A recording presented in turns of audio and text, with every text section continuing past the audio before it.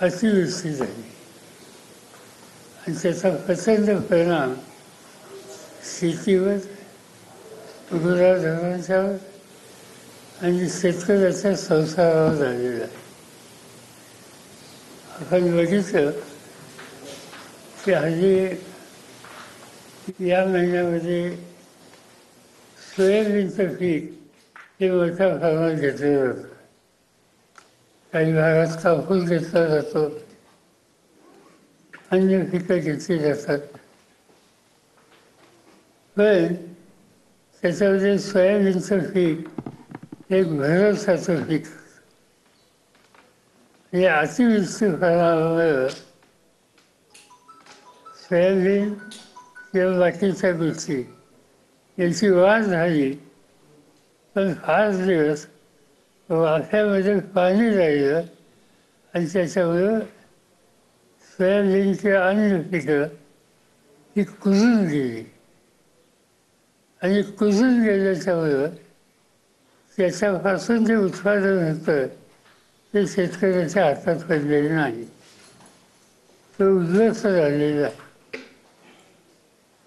आपण दुष्काळ पाहिला, पण अशी अतिवृष्टी ही यापूर्वी कधी पाहिली नव्हती. आणि ही अतिवृष्टी साधारणतः ज्या जिल्ह्यामध्ये नेहमी कमी पाऊस असतो त्या जिल्ह्यामध्ये ही अतिवृष्टी आहे.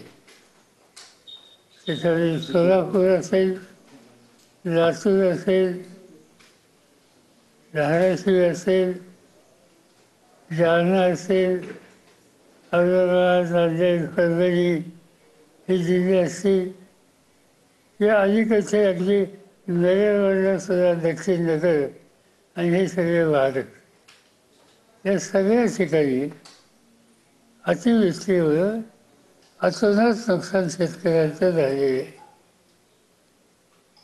असं संकट ज्यावेळी येतं त्यावेळेला त्याला मदत करण्याची जबाबदारी राज्य आणि केंद्र सरकारची असते. आणि केंद्र सरकारमध्ये ही नैसर्गिक आपत्ती असली तर त्याला सहाय्य करण्याची योजना आहे. पण त्या योजनेतून खाली राज्याच्या मार्फत त्याची अंमलबजावणी केली जाते. दरवर्षी केंद्राकडून अशा स्थितीला मदत करायला जी योजना आहे त्याच्याचा लाभ घेऊन राज्यांनी अतिशय वेगानं पंचनामे करून घेणं आणि तातडीनं त्याला नुकसान भरपाई देणं, या दोन गोष्टी करायची गरज आहे. आता ही नुकसान भरपाई कशाची? एक पीक, दोन गुरंढोरं आणि तिसरं जमीन वाहून गेली. पीक जर जास्त गेलं तर त्या वर्षाचं नुकसान आहे, पण जमीन त्याच्यावरची माती ही जर वाहून गेली तर कायमचंच त्यातनं उत्पादन येण्याचा मार्ग हा थांबलेला जातो.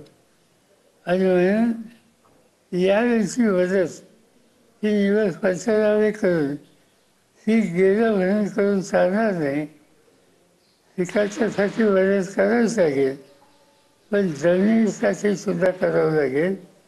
त्याबरोबर पाणंद रस्ते ते उद्ध्वस्त झालेले त्यासाठी मदत करावं लागेल. आणि याबरोबरच अनेक ठिकाणी या तक्रारी आहेत आणि वस्तुस्थिती आहे की गुरं वाहून गेली. त्यावेळी गुरंढोरं गेल्याच्या नंतर उद्याच्या शेतीला समस्या निर्माण होती. या सगळ्या गोष्टीकडं बघायची आवश्यकता आहे आणि हे काम राज्य सरकारला गतीने करावं लागेल. त्याचं सूत्र पहिल्यांदा पंचनामे करत असताना त्या शेतकऱ्याला विश्वासात घेणं, प्रत्यक्ष त्याच्या पिकाची पाहणी करणं आणि वास्तव असे पंचनामे हे करणं हे केलं पाहिजे. आणि यानंतर तातडीची मदत आणि कायमस्वरूपाची मदत अशा 2 प्रकारच्या मदती या अभूतपूर्व परिस्थितीवर शेतकऱ्याला देण्याची आवश्यकता आहे. आणि आम्ही अशी अपेक्षा करतो की राज्य सरकार याचा अत्यंत गांभीर्याने विचार करेल. चांगली गोष्ट काही मंत्री जाऊन परिस्थितीची पाहणी करतायत. ठीक आहे, पाहणी केल्याच्या नंतर जे ऑब्झर्वेशन त्यांचं आहे ते लक्षात घेऊन तातडीची मदत करून तो शेतकरी राजा पुन्हा एकदा कसा उभा करायचा या कामावर त्यांनी अधिक लक्ष द्यावं. आणि तरच यातनं हा शेतकरी बळीराजा वाचेल. याचं फार मोठं संकट आहे.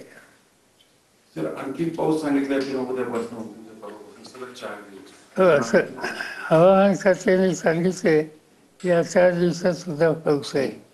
यावेळीचं वैशिष्ट्य असं आहे की हवामान खाते जे जे सांगतं आहे ते घडते. अगदी सुरुवातीपासून. आणि पहिला टप्पा मे महिन्याच्या कालखंडात सुद्धा पाऊस पडला. आणि सहसा तेव्हा कधी पाऊस नसतो.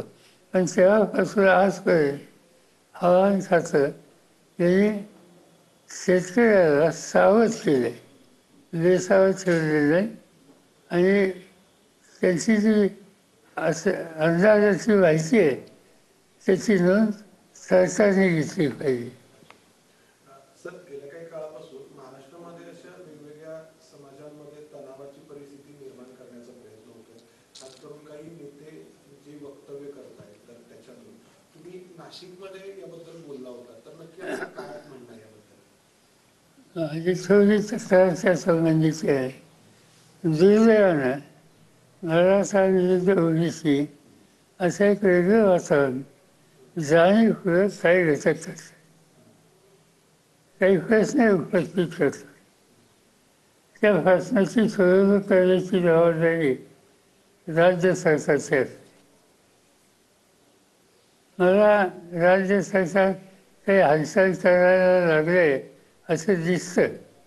प्रत्यक्ष त्याची कृती कधी होईल त्यावेळेस नंतर अंतिम स्थिती सांगता येईल. पण जे राज्य सरकार पावलं टाकतं की आज गरज काय, कटुता कमी करणं, सामंजस्य निर्माण करणं आणि हे सगळे घटक एकत्र गावात कसे राहतील याची काळजी घेणं. आज या स्थितीला सरकारने 2 कमिट्या केल्या. एक मंत्रिमंडळाच्या मराठा समाजाच्या एका मंत्र्यांना नेमून आणि त्या कमिटीमध्ये एखाद दुसरी व्यक्ती शोधली तर सगळे मराठा समाजाचे प्रतिनिधी हे त्याच्यात घेतले. आणि दुसरी कमिटी जी आहे त्याच्यात ओबीसी त्याचं नेतृत्व करतात आणि सदस्य ओबीसीचे आहेत. या दोघांचे प्रश्न आहेत. पण आज कटुता कमी करायची असेल, सामंजस्य करायचं असेल तर या दोघांना घेऊन एकत्र बसलं पाहिजे. आणि हे बसण्याचं काम मुख्यमंत्र्यांनी केलं पाहिजे. मुख्यमंत्र्यांनी याचा पुढाकार घेतला. हे दोन्ही घटकांचे प्रतिनिधी बोलवले. त्यांचा जास्त प्रश्न असतील त्यातनं मार्ग काढायचे पावले टाकली. आणि त्याच्यानंतर एक सामंजस्याचं वातावरण तयार करावं. महाराष्ट्रात एक मोहीम सुरू केली. आणि ती करत असताना आमच्यासारखे अनेक लोक असेल त्यांची सुद्धा याला साथ मिळेल.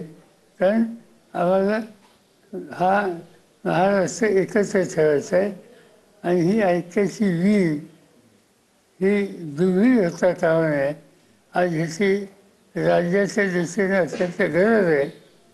आणि म्हणून ते वातावरण तयार करायला योग्य ते निकाल राज्य सरकारने घेण्याची आवश्यकता आहे. सर ऑब्झर्वेशन असं आहे, जर कोलॅप्शन झालं तर ओबीसी मतदार भाजप, त्याला भाजपचा फायदा म्हणून प्रत्येक जातीचे मोर्चे काढून पुन्हा ते वातावरण पेटवलं जातं. तेच आता असं असे की प्रत्येक जातीच्या गोष्टी सुरू आहेत. त्याच्यातनं पुन्हा मागण्यात कथुता शेवटी गावात आपल्याला राहायचं आहे.